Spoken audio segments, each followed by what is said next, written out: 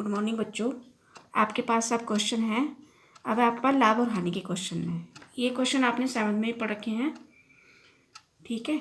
तो उसी टाइप का क्वेश्चन है। सोहन ने एक पुराना रेफ्रिजरेटर 2500 रुपये में ख़रीदा और 500 रुपये उसकी मरम्मत पर खर्च किए और रुपये 3300 रुपये में बेच दिया। उसका लाभ अथवा हानि प्रतिशत ज्ञात कीजिए। अब इसने 2500 रुपये में ख़रीदा है और 500 रुपये उसकी मरम्मत पर भी खर्च किए हैं। तो जो सर्विसिंग का पैसा होता है या मरम्मत पर खर्च होता है तो वो किस में जुड़ जाता है? क्रय मूल्य में जुड़ जाता है। तो यहाँ पे आ जाएगा इसका रेफ्रिजरेटर का क्रय मूल्य मीन्स सीपी, कॉस्ट प्राइस।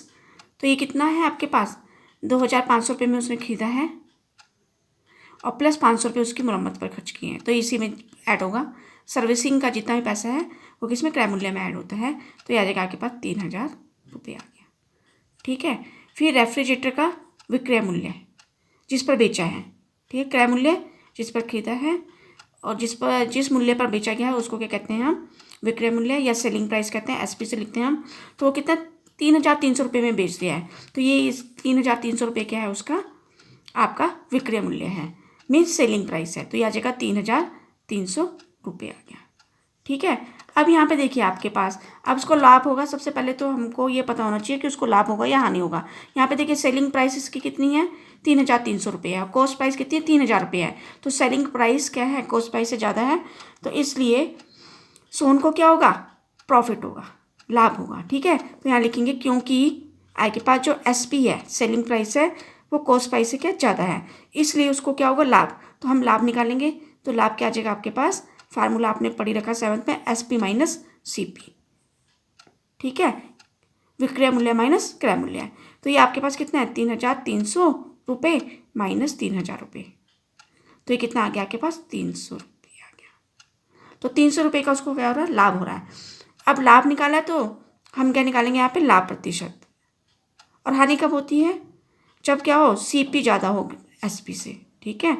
अब यहाँ पे क्योंकि एसपी इज ग्रेटर देन क्या है? सीपी है, एसपी सीपी से ज़्यादा है, तो इसको लाभ हो रहा है। और हानि कब होती है? जब सीपी इज ग्रेटर देन क्या हो? एसपी हो, कॉस्ट प्राइस क्या हो? सेलिंग प्राइस से ज़्यादा हो, तो उसको हानि होती है।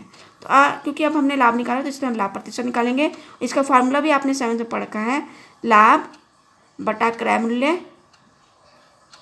अब क्योंकि प्रतिशत निकाला है तो गुना क्या आ जाएगा आपके पास? 100 आ जाएगा, ठीक है। अब लाभ कितना होगा? 300 रुपये। और आपके पास क्या कहते हैं? रेफ्रिजरेटर का क्रय मूल्य कितना है? 3000 रुपये। यहाँ पे 3000 आ गया और गुना 100 आ गया, ठीक है। तो ये 2 जीरो से ये 2 जीरो कैंसिल होगी, 1 जीरो से ये जीरो कैंसिल होगी, 3 दाया 30। तो लाभ प्रतिशत कितना आ गया? 10 रुपये आ गया, ठीक है। तो अगली लाइन में लिख देंगे लाभ बराबर कितना आ गया आपके पास?